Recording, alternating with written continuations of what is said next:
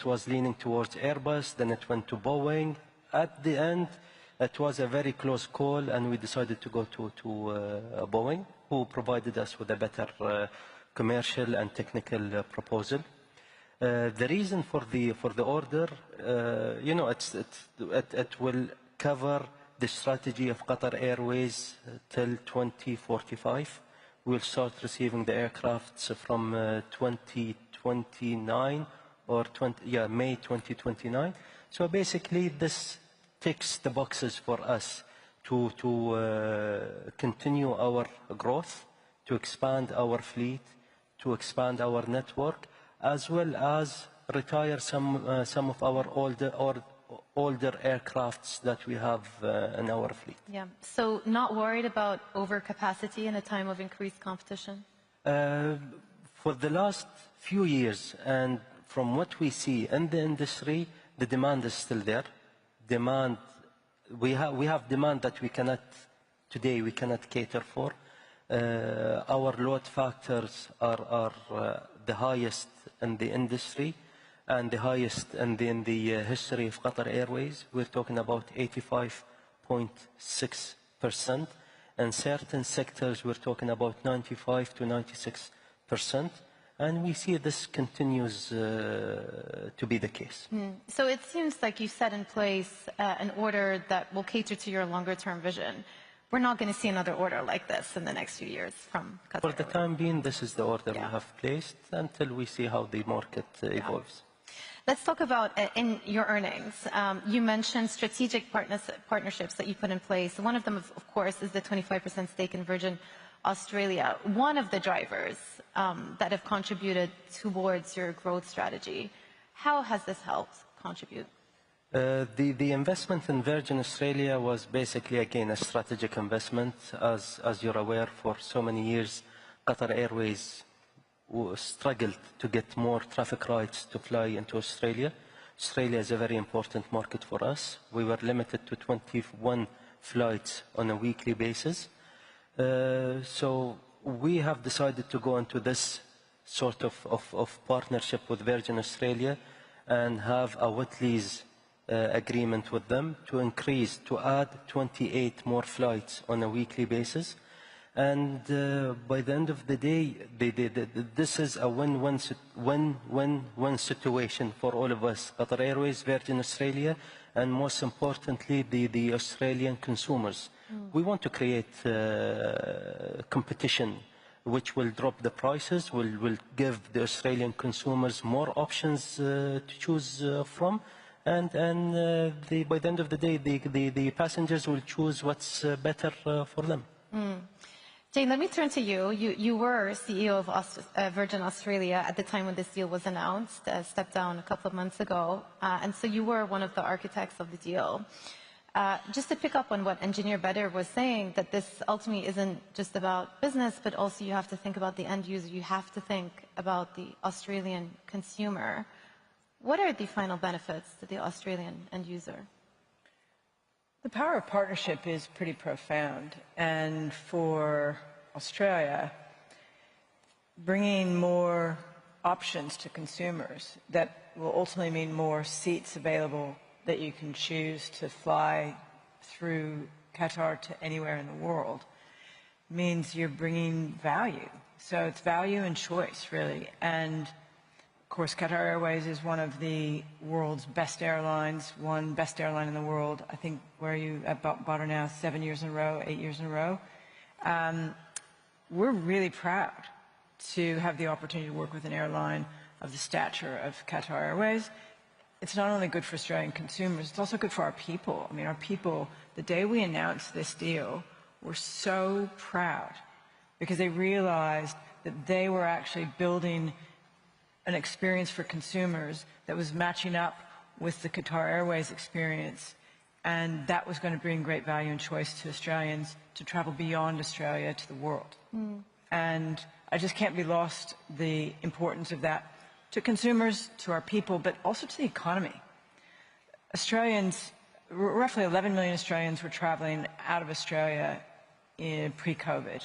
It's about a third of the total traffic in and out of Australia. So you need partners to be able to feed that traffic into your domestic network. People coming from outside Australia into Australia bring tourism dollars. For every dollar spent on a plane ticket, another $10 gets spent in the economy where you're traveling to. And so the knock-on benefits, it's not just jobs for Virgin Australia in Australia, it's jobs in restaurants and hotels, for small businesses who are now going to use the cargo space that's available because we've more than doubled the capacity on Qatar Airways by use of our wet lease services. It's just the benefits multiply, but it all comes down to a better experience for consumers and value and choice. What do you say to those who have criticized the deal as Qatar Airways finding a workaround in order to get access to Australia? I think you have to look at this from the standpoint of what it means to Virgin Australia, what it means to Australia, because the deal would not have been approved if it wasn't great for Australia. And that comes down to consumers. It comes down to the fact that Virgin Australia can't compete as well domestically if it doesn't have strong partnerships, deep equity partnerships with long-haul operators who feed in and out of Australia, because that means we can compete better for Australians who want choice for their domestic carrier to also provide international travel. With roughly half of Australians traveling every year internationally, that's what the statistics would take you to.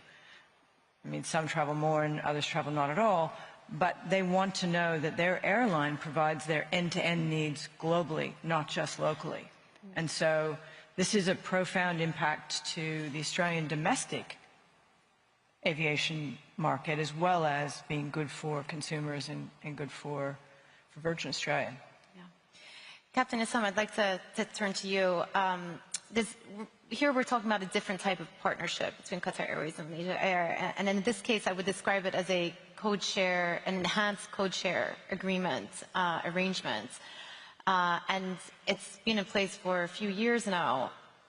When you started thinking about these types of enhanced agreements, what was the incentive? Why did it make sense? Joumanna, let me re-pivot back to Badr's 210 airplanes. Put a bit of context. The industry today, Asia-Pacific region, command about 38% of the global capacity of the aviation industry. And Asia-Pacific is poised to attain 50% capacity global stage. Now, with issues of supply chain, late deliveries of airplanes, and the new era of aviation that we foresee in 2043 onwards, where electrification, net zero environment, different technology. So what Qatar has built over the last 30 years actually is a pivot to airlines like Malaysia Airline, a small little airline in the ASEAN region, to be participative in the global arena of aviation. So goes back to 2018, the time of when I was working with the predecessor of Badr. We see synergy, very strong synergy. Malaysia Airline, with its checkered journey, needs a very strong brand to bring Malaysia Airline up. And Qatar is the best partner. And today, as we speak, as it materializes over the last 6 years, Qatar fits all Western region. Malaysia Airline, Virgin Australia takes care of the eastern side in Oceania. As we progresses with late deliveries of aeroplane, macroeconomics, geopolitics, that makes the supply chain very unpredictable, airlines today are shouldering aging airplanes. Today, average age of 14.8 years old, airplane in a typical airline. And typically about 5 years ago, average age is about 13 years old. So the industry, the demand and supply is not balanced.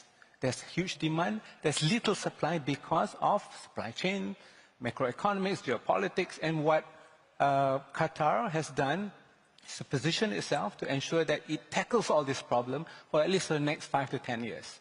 There are 3 phases of growth in aviation, currently next 5 years, then next 10 years. So post-2040, you're looking at the different landscape of aviation. This is an opportunity for airlines, investors. There are bottlenecks in infrastructures like airports and many more. So the synergy with Malaysia Airlines, specifically here with Qatar, has been tremendous. To us, close to 30% of our revenue comes from partnership, not only Qatar alone. And that's the model that we realize is very key and important. To a certain extent, I just had a conversation with Jane last night about working with Virgin Australia. So partnership with Qatar, with the current state of position where the industry is facing due to aging fleet, supply chain issues, is a perfect match. What about competition? Did you feel like it was necessary to go down this route in order to be more competitive? Yes, indeed it is. So small airlines like Malaysia Airline, we know where we stand. And we have a long checkered journey, and we have an ambition of the future. And of course, when you go this path, competition will be intense, right? But most importantly, both partners must be committed on the vision ahead, right? And that's very important. Engineer, let me turn back to you.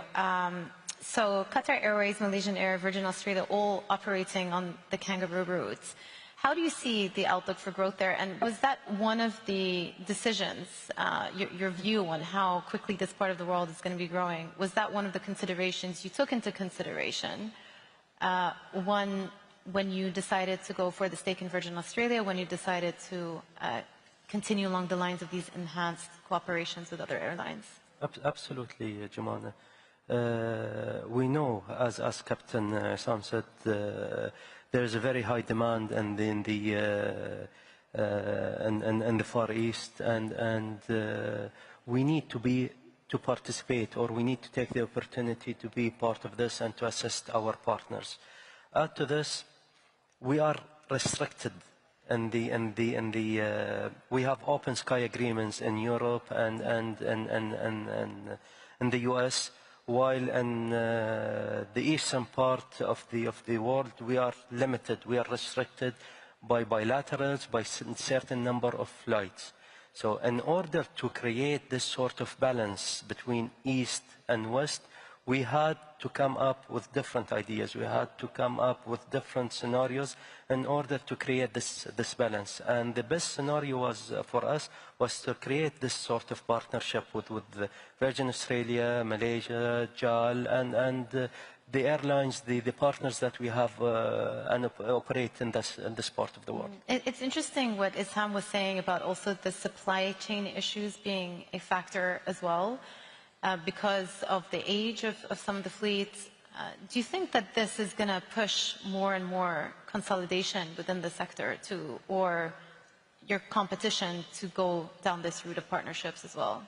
I think, as you noticed lately, Joumanna, so many airlines are taking the path of basically trying to renovate and outfit their aircraft. They know their deliveries will continue to be delayed. And they know for them to continue to play a very strong role and to compete with other airlines, they need to take some actions. Other smaller airlines, we have noticed they keep shrinking, and bigger airlines will take their portion of the business. Yeah. Jane, when you're thinking about these types of partnerships, we spoke about the end user, and of course you're not just thinking about passenger travel, but you also have to think about other areas of cooperation, for example, sustainability. Is that what you think can distinguish airline partnerships today? So a deeper cooperation beyond just simple commercial terms? So I think partnership in aviation started with the knowledge that no one airline could provide a network to the world for regulatory reasons and just sheer capacity to operate that kind of scale and volume. And so you have smaller airlines and you have bigger airlines, and the smaller airlines, it's really important to partner with the bigger airlines, and that's about network and that's about customers. But the reality is that it's much more than that. It's much more than that. It is, for us, with respect to our partnership with Qatar Airways, this enables us to think much bigger. Not only to think more strategically about how we sell and market, which we're in the process of doing, but also how we leverage each other's strengths and protect each other's vulnerabilities. Mm-hmm. And that's everything from sustainable aviation, that is thinking about how we manage fleet orders together, how we think about managing fuel challenges together, how we think about managing people and opportunities for people and ensure that we can attract the best and brightest, not only in our head offices, but also, in our cabin crew and pilots and all the people that work around the airports. It's a really important piece of the strategy to think very big and very strategic about how we use this as a game changer opportunity to really create sustainable long-term competitive advantage. Captain Islam, would you like to weigh in on the other factors that should be taken into consideration beyond just the commercial when you're forging these partnerships? You know, Joumanna, it's very important. The subject of conversation today is partnership, right? First and foremost, it must be a perfect match. And your question just now with regards to does sustainability plays an important criteria for partnership? Indeed it is. Indeed it is. Hence, it is important for partners alike, not only driving towards commercial viability, we also need to ensure that strategically, airlines, partners, Virgin Australia, Qatar, Malaysia Airline, we must fast forward ourselves to 2040, 2050, where we committed to net zero commitment, net zero emission. So as I mentioned just now, you can divide it into 3 phases. The current 5 years, really understand what it needs for us to be in the future. The second phase, which is 2030 onwards for 5 years, that's on the second 10th year. This is the portion of scaling up sustainability, technology, electrification, and so forth, right? Hence, partners like airlines is very key for us to propel in this direction. We must have that common understanding. Mind you, 2043 onwards, we're looking at a new era of aviation. There's potential for investors here to look at regenerating airports, air traffic management, brownfield, greenfield, and many more. So there are huge opportunities. So for partners like us, we must have that same mindset and journey, ambition moving forward, for us to be responsible to invent the next era of aviation, which I predict 2040 onwards. Engineer, I'm going to come back to you, but Jane, I do want to point out that in a couple of weeks' time, on June the 12th, the first Virgin Australia, operated by Qatar Airways departs from Sydney to Doha. That is the inaugural flight that is part of this deal. So you must be very excited to see that happen, your brainchild, and talk us through how momentous that moment is going to be for you, and also ultimately whether the Australian consumer can be looking at lower prices for those flights. So a couple things on that count. It's going to be an amazing day, and in part because this is a journey that we've been on for some time. The relationship between Virgin Australia and Qatar Airways is now nearly 5 years old, and we've been building that relationship, building the partnership, and we've taken it to the next level, Badr and I. And it has taken a lot of effort to get it to a place where it's been approved, because it's so good for Australia and it's so good for the consumer. And now we're about to launch our first flights, and that is that's going to bring a tear to the eye for many, many people in my team, or my former team. And this is pilots, cabin crew, engineers. Like, this is such a special moment to again be operating long haul, and we're doing it with Qatar Airways planes and crew. But our people have come to Doha, and they're training and they're learning how to operate within the Qatar Airways operation. And so we've got secondments coming in. And it's a very significant day. That first flight brings back for Virgin Australia connectivity to the world in a new way. And so it will mean a lot to all 8,000 people who work at Virgin Australia, and the pipeline of people who are excited to come in. So it's going to be a big day and a special day. And for Australian consumers, post-COVID, I mean, most people in this room fly a lot, and you will remember how expensive it was to go anywhere. And Australia in particular, business class flights were 2.5 times what they were pre-COVID, and economy fares were over 3 times what they were pre-COVID. And getting the capacity back is what brings prices down. And that capacity was sticky coming back for supply chain reasons and a whole bunch of other logical issues that the industry faced. But bringing more capacity in brings fares down. So fares now to Europe are back where they were roughly pre-COVID, which is such a gift to the Australian community. And Australians, like most around the world, have really suffered from cost of living pressure. Inflation's been high, wages aren't growing as fast as inflation, and so people are doing it tough. So to be able to bring a bit of optimism and opportunity to the Australian community is just phenomenal. And that's Australians wanting to go visit family and friends, let alone the rest of the world wanting to come to Australia, which then creates jobs and opportunity and optimism, again, in the tourism economy and for small businesses. So it's very exciting. It's a big couple of weeks ahead. Sounds like it. Engineer Badr, I want to end maybe where we started, which is with your profits and record-breaking profits for last year. What does this year hold? Given there are lots of positive discussions in place, the momentum seems to be there. You obviously are feeling good about the state of the world after the big Boeing order that you made. What does this year hold in store for Qatar Airways? You know, this year, again, we're going through the same cycle. Last year, when we announced our record profit year by achieving $1.67 billion, the stress level was very high internally on how are we going to break this record or achieve the same number. It's even more stressed now. Yes, especially we're having, and we're going to continue with the same problem. I hope not, but the delays in deliveries. This is the geopolitical situation which nobody can predict or can handle.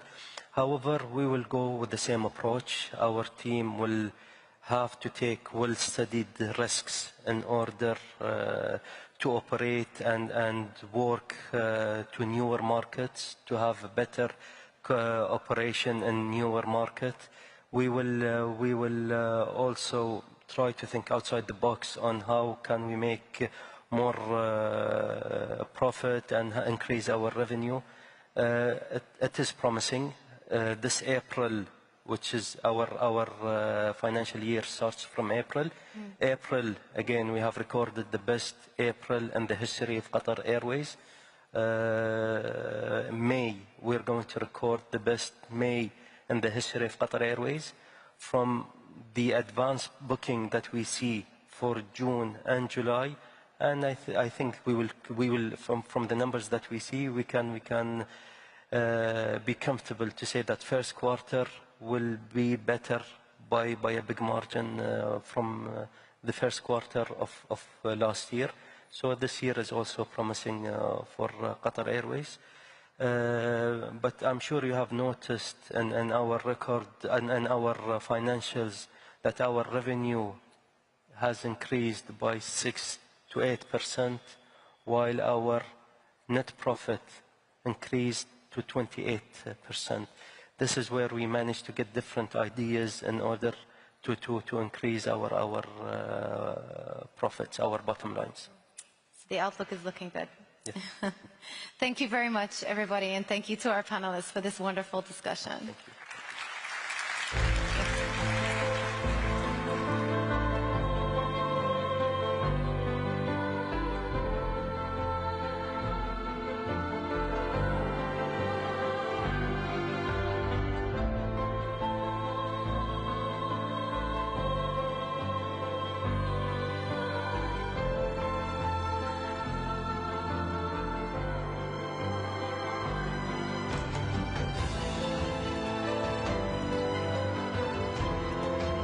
Please welcome to the stage Tony O. Elumelu, Group Chair of Heirs Holdings and United Bank for Africa.